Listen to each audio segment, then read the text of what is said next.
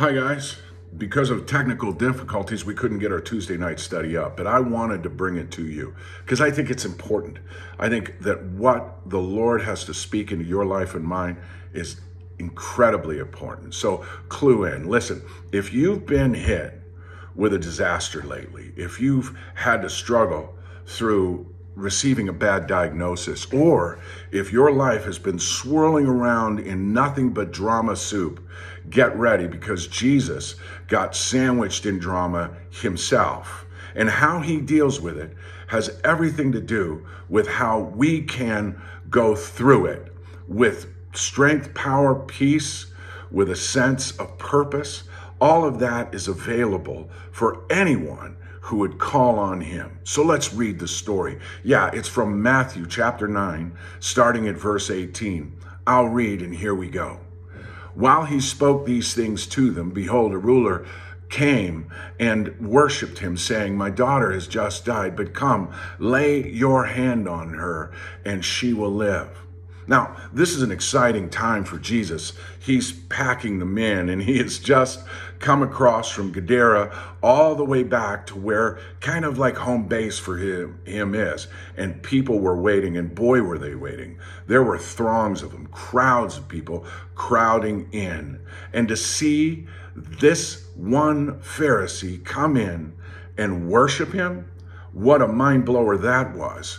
As a matter of fact, if you were to look in Luke chapter 8 and verse 41, you'd discover his name.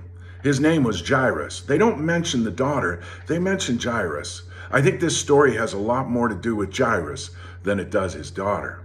But Jairus, a Pharisee, is at odds. Pharisees are at odds with Jesus. Why? Because Jesus is just a lowly Galilean, and they're educated. They have all the qualifications needed to really help people out when it comes to you know who. But Jesus was making them look small. He was making God's work look easy. And it was effective. But for him to bow down, if you were really to tear this apart in the language, you would discover that that word is done in the imperfect tense. So it means that he was bowing, he was begging repeatedly over and over again, Lord, Lord, my daughter has just died, and if you just lay your hand on her, she'd live. See, he's at the end of his rope, and it's a wonderful thing. It's a moment of clarity when you get to the end of your rope. This is why he's bowing down. Because in his mind, all his education, his money, his connections, his friends, his family, everything he knows is right now at this moment, because his daughter is gone, is worthless. It can't save her. Sometimes being desperate enough is the missing ingredient to that connection, to the power that can bring you through. That's what God is all about. Too much is said and too little is done for a lack of desperation. But this is the ingredient that would drive anyone to a place like this. He was desperate enough to humble himself, and humble himself he did. Boy, humility is the key. In James chapter 4 and verse 6, James said, God resists the proud, but gives grace to the humble. And remember that when you're in the midst of it, you humble yourself before God. Instead of asking him why, asking him how, or ask him what. Give him the what, not the why.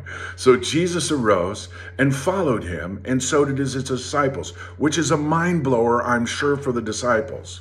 Why? Because it's obvious this guy is going to come and bow down because his daughter's gone. But why would Jesus get up when he bowed down? Well, I think that Jesus is every bit as desperate as this lone Pharisee Jairus is. Yeah, Jesus is moved by compassion. I mean, Jesus may be audacious, but the Pharisees, they stood in opposition to him. But here's the point. Jesus is moved by desperation too. As a matter of fact, the Father's desperation brought the Son to us because he saw us in our desperate condition. In 2 Corinthians chapter 5 and verse 20, the Apostle Paul penned these words, now then, we are ambassadors for Christ, as though God were pleading through us. We implore you on Christ's behalf, be reconciled to God, as though God were pleading through us. That's begging. That means that God is desperate. But sometimes God loves enough to allow us to get desperate enough to get desperate with him. Don't wait to be desperate enough. Why don't you start right now by bowing down? Right then, as Jesus gets up to leave and follow Jairus, suddenly a woman who had a flow of blood for 12 years came behind him and touched the hem of his garment. Can you imagine 12 years with a bad diagnosis? Can you imagine what that must be like, walking with a death sentence, a big crowd pressing in all around him, and he was definitely moving in a direction, but she was moving in his direction. As a matter of fact, as the crowds are pressing in, she pressed harder. Why would she press so hard? Well, Mark chapter 5, verse 26 said she suffered a great deal under the care of many doctors. And she spent all that she had, yet instead of getting better, she got worse. I mean, she was out of options. Not necessarily a bad place to be, but she was out of options. In Leviticus, they said that if a woman had an issue of blood like this, she's to be outside the camp. She's to be separated. Oh my gosh, and isolated. Can't imagine what that would be like for 12 years without Christmas, 12 years without Easter, 12 years without Thanksgiving, without birthdays, without any holidays whatsoever, just separated. Listen, are you in a desperate place? Know this, but you're never too far to press in to him. Press into Jesus. Jesus said this in Matthew 11:28. He says, "Come unto me, all you who are weary and heavy laden, and I will give you rest." I love how J.B. Phillips put it in the Message, Matthew 11:28 again. Are you tired, worn out, burnt out on religion? Come to me, get away with me, and you'll recover your life. Can you see the words of Jesus desperately pouring out to be heard? The way to break free? Hey, number one, humility, bow down. Number two, keep pressing. Listen, if it didn't come through today, if the answer didn't come through today, keep pressing. God will bring the answer. Sometimes the answer comes as we go through the problem. And so, verse 21, we read these words. She said to herself, this was her motivation, if only I may touch his garment, I will be made well. See, she'd heard about Jesus. She'd heard about the work that he'd done, the miracles that were wrought, the words that he spoke. And so she heard and she took action. Listen, your life is filled with believers all around you who have stories of what Jesus has done in their lives. And her one quest was to go there because there was a chance. Listen, if this chance delivered somebody that you know, don't you think that God can deliver you? Listen, you can never please God just on your own work. Hebrews 11:6 puts it this way. You can't please God without faith, without depending on him. Anyone who wants to come to God must believe that there is a God and that he rewards those who sincerely look for him. See, that's where God's brain is. He's waiting for you to keep pressing and to press in. Most everybody was pressing around Jesus, but she touched him. That touch means that she touched the hem of her garment. She grabbed hold of it. She came behind him because she knew that nobody else would let her get close. So she bowed down, yeah, just like Jairus. She presses in, but the main thing is she reached out. She reached out to touch him. Many don't get or won't get the healing that they need because they might not want to bow down. They might bow down and press in, but they never really reach out. This one woman was weak and she was unclean, she was sick, she was tired, and there were so many people there and she had so many excuses to apply, but she reached out. What's that say to you and me? Keep reaching. Not only keep bowing, keep pressing, but keep reaching. Verse 22, because of it, Jesus turned around and when he saw her, he said, "Be of good cheer, daughter. Your faith has made you well." Can you imagine hearing those words? Be of good cheer, daughter. Not woman, not you, but he called her a daughter. He wanted her to know that she was loved in her family. He said, "Be of good cheer, daughter, your faith has made you well." And the woman was made well at that very hour. What type of faith is it that heals people? It wasn't how she touched him. It wasn't how long she touched him. It was about who or whom she was touching. Two things. She was touching the manifest presence of God, and she was touching the one and only Son of God. Now, I realize that we don't have any meetings and Jesus himself is showing up, but I want you to know, because he went and lived that perfect life, he carried our burdens, our sin, our sickness, our shame, all the way to the cross, killed it. And then on the third day, the Father called him out of that tomb. He made a way. And then he told his disciples, "And greater works shall you do, because I go to be with the Father." There are believers all around you that are as good as having little Jesuses walking around. And you can reach out and you can bow down and press in and reach out with them. Some people say you just have to have enough faith, or you don't have enough faith. Like faith in and of itself is enough. Faith is never enough. She had exhausted all of her options, so her last hope, as far as she was concerned, was Jesus. She placed her hope in every ounce of faith that she could possibly muster to have a connection with Jesus. See, this is why we get together as believers. We love to be around Spirit-filled, faith-filled followers of Jesus, because we can encounter a supernatural reality, and that is where they are, he is. See, that's another thing. Once you get mixed in, you want to reach out. You want to reach out and tell folks your story. Let them know about your condition. Everybody was pressing. She was touching, laying hold of Jesus. It wasn't a passive thing.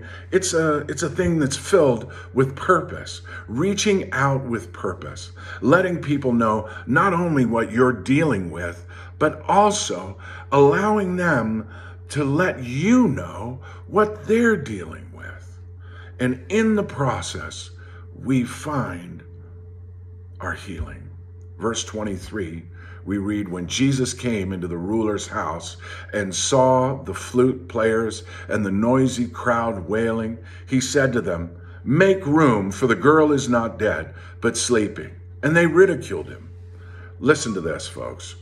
Resignation is not desperation. They were resigned to the fact that the girl was gone and there was nothing that anybody could do.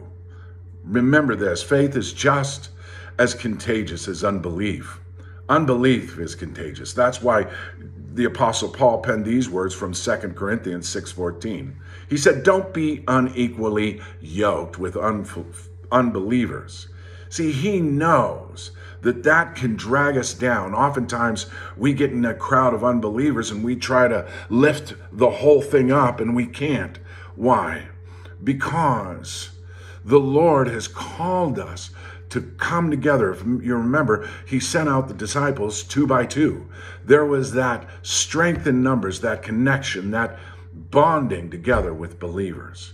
This is why, more often than not, when we find a love interest that has no concept about faith or God, and we enter into that, they end up pulling us farther away than us drawing them closer in. It has everything to do with connection. So how does Jesus deal with it? Look at verse 25. 25 of Luke chapter 8 is incredible, or Luke chapter 9. "But when the crowd was put out," he said. He put the crowd out. He cleared the room. He cleaned up all of the influences that were constantly pulling him down and pulling the room down. Clean up all the influences in your life. Hey, if you want to grow, hang around with people that are growing. If you want to live, don't hang around with dying people. Hang around with living people. Do you want to succeed? Hang out with people that are succeeding in their marriages, succeeding in their work, succeeding in their families, succeeding in life. Do you want to rest?